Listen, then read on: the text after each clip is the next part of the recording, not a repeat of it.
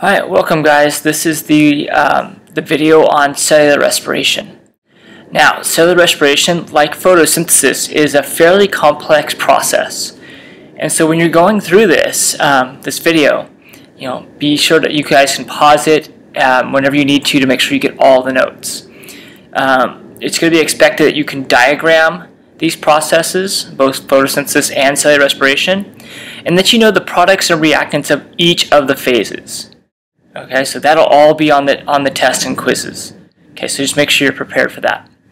In this video, I'm going to just go through the three processes that are in cellular respiration.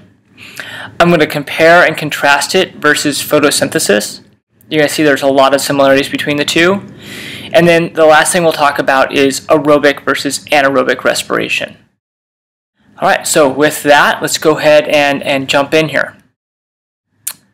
Alright, so the equation.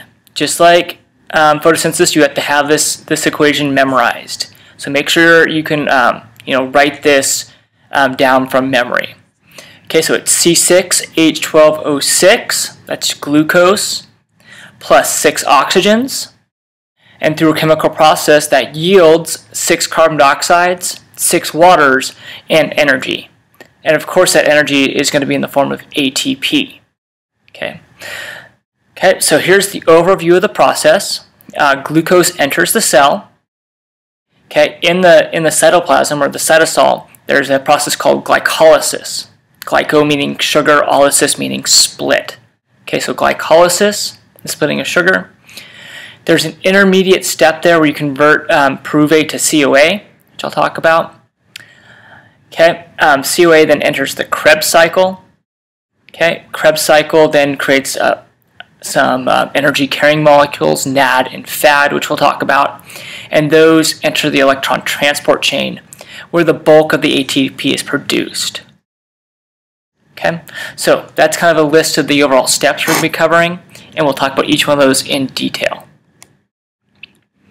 Okay, the first one is glycolysis. Okay, so glucose enters the cell.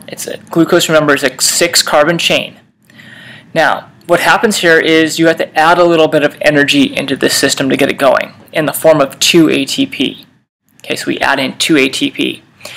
And what that does is it adds a phosphate on each side of this 6-carbon chain, and then that causes it to break into 2 3-carbon chains called pGal. Now, if you remember from photosynthesis, pGal was one of the products of the Calvin cycle. Okay, actually, it's a closely related molecule called 3GP, but it's close enough that I just called it pGal, so you can see the similarities here.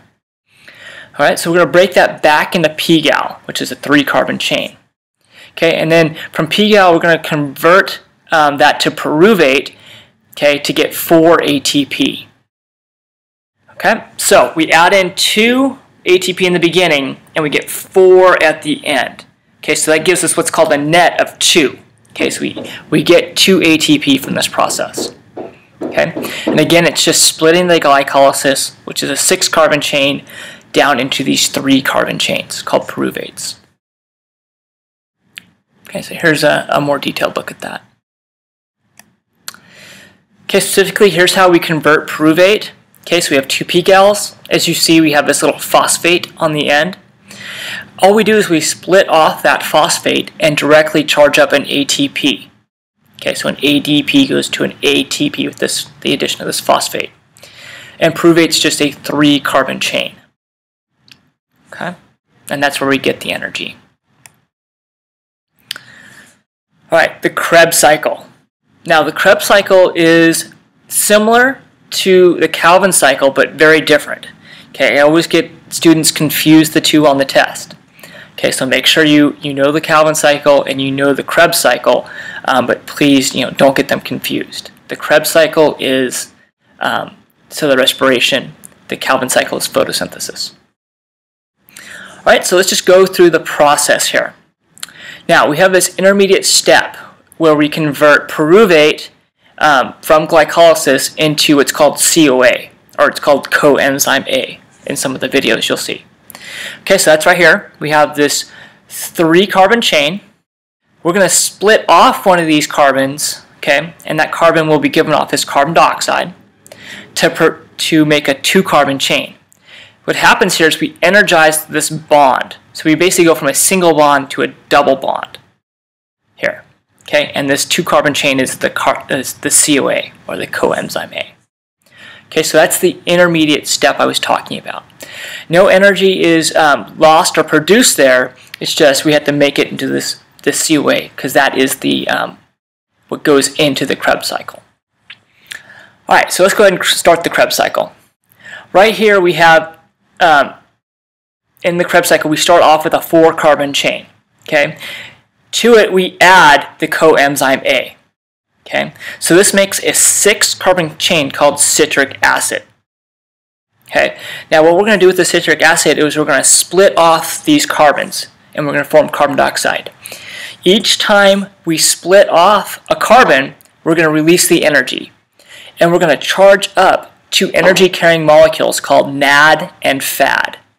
Okay, now we've talked about a lot about energy-carrying molecules. It's very similar to NADPH, okay, where we're just add the addition of a hydrogen energizes the bond and makes it a little battery.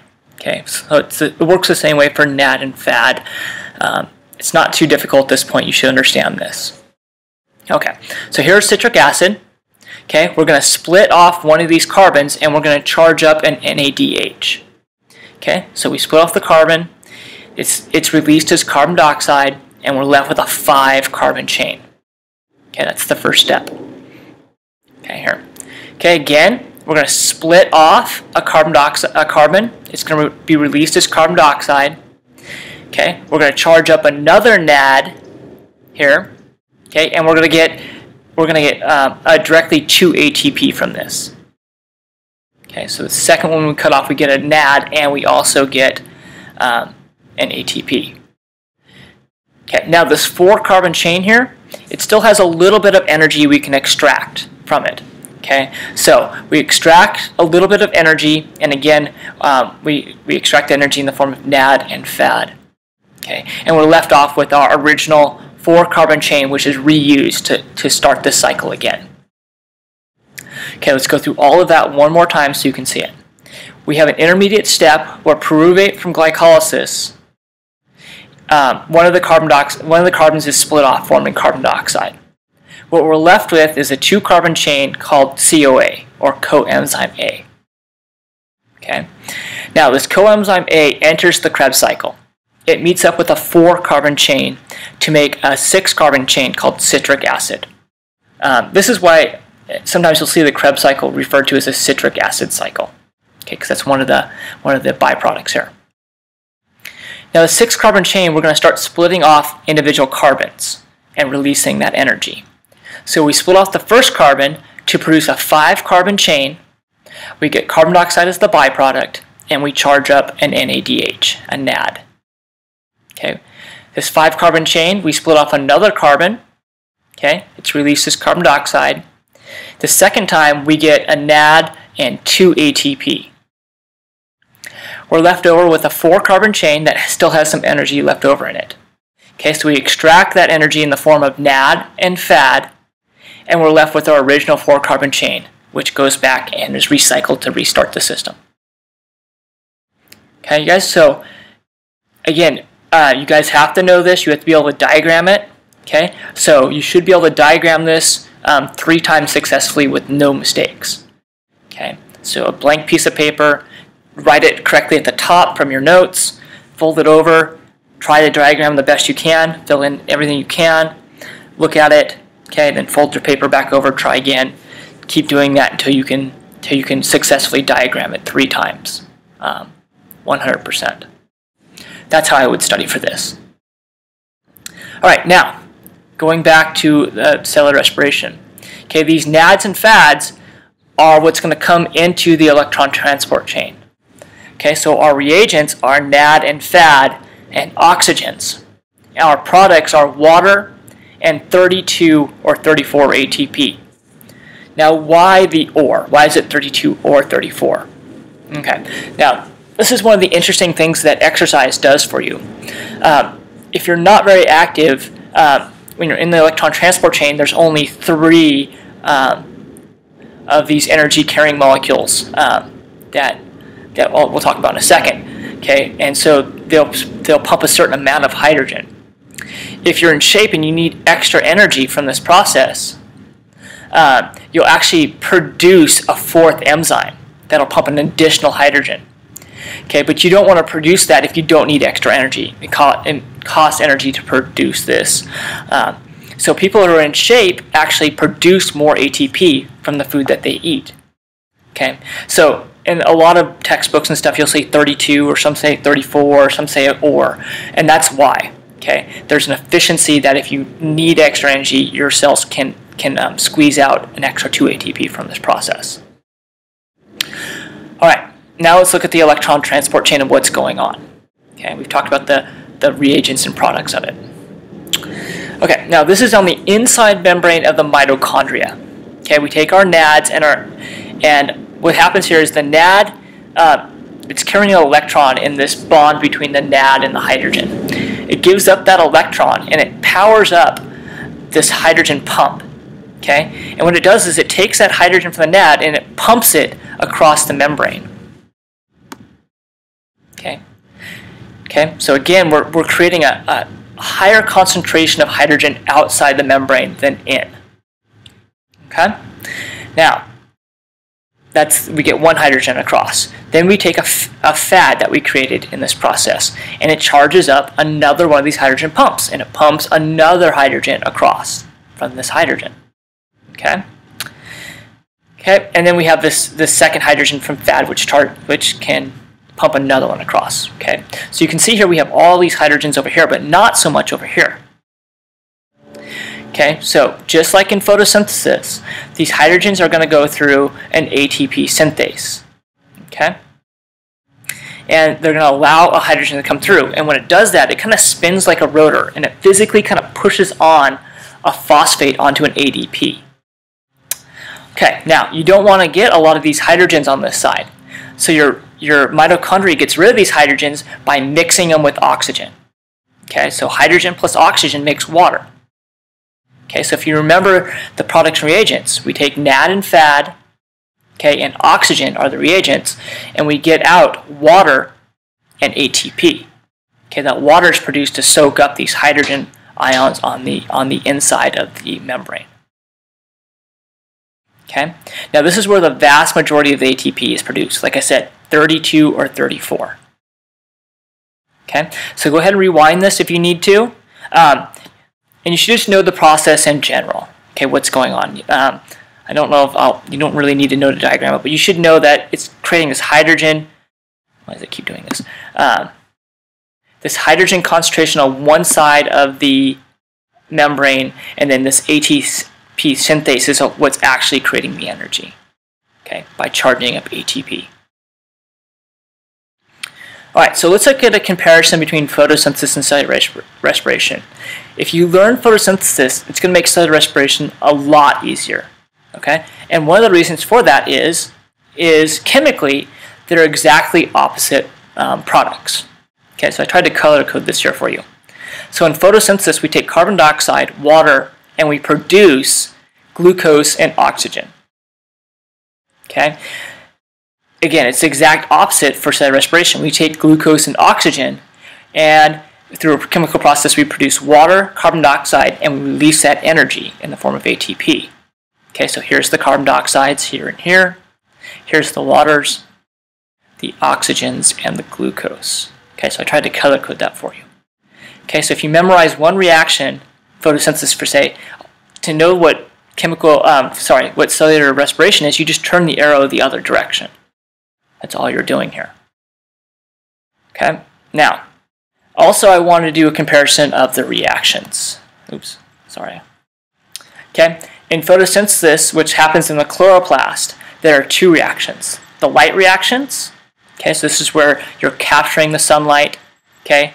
Remember, you're splitting that water to form O2, a little bit of ATP, and energy, a lot of energy in the form of NADH.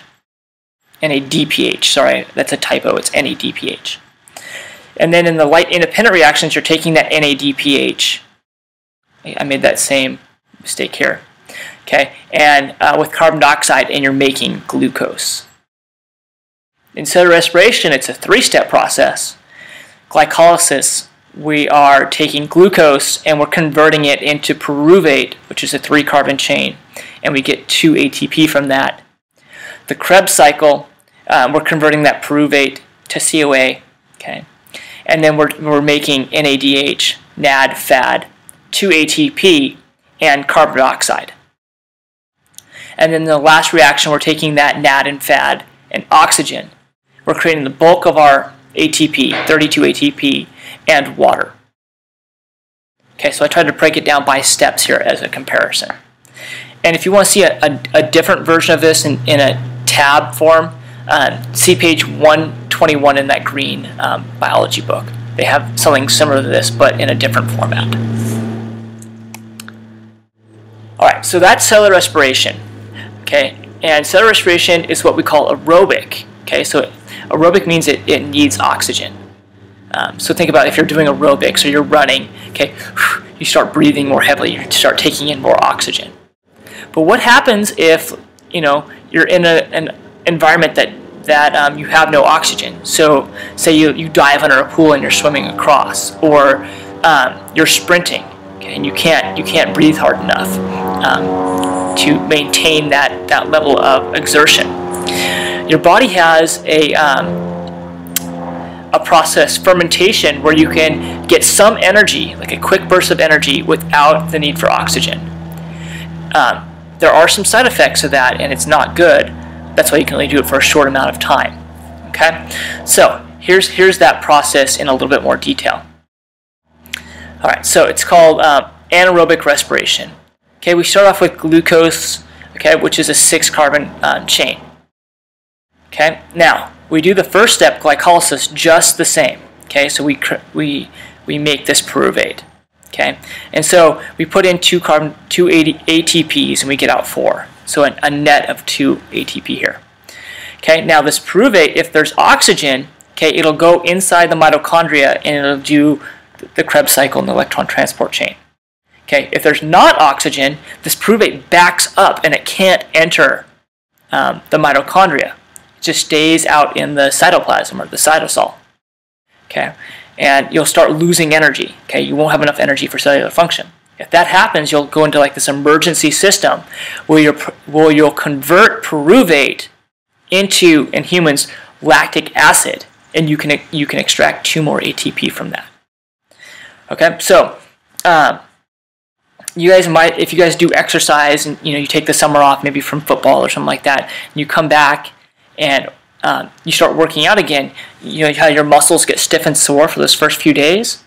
The reason they get stiff and sore is you get this lactic acid buildup. Okay, you're not very efficient yet at creating energy from pyruvate. Okay, so you get this lactic acid, and that causes the stiffness and soreness in your muscles. Okay, and that's kind of the byproduct of that. Okay, you can't do it for very long. And lactic acid is a toxin that you have to purge from your cells. Now, yeast and a lot of bacteria, they can do this, or they can do another type of fermentation called alcohol fermentation.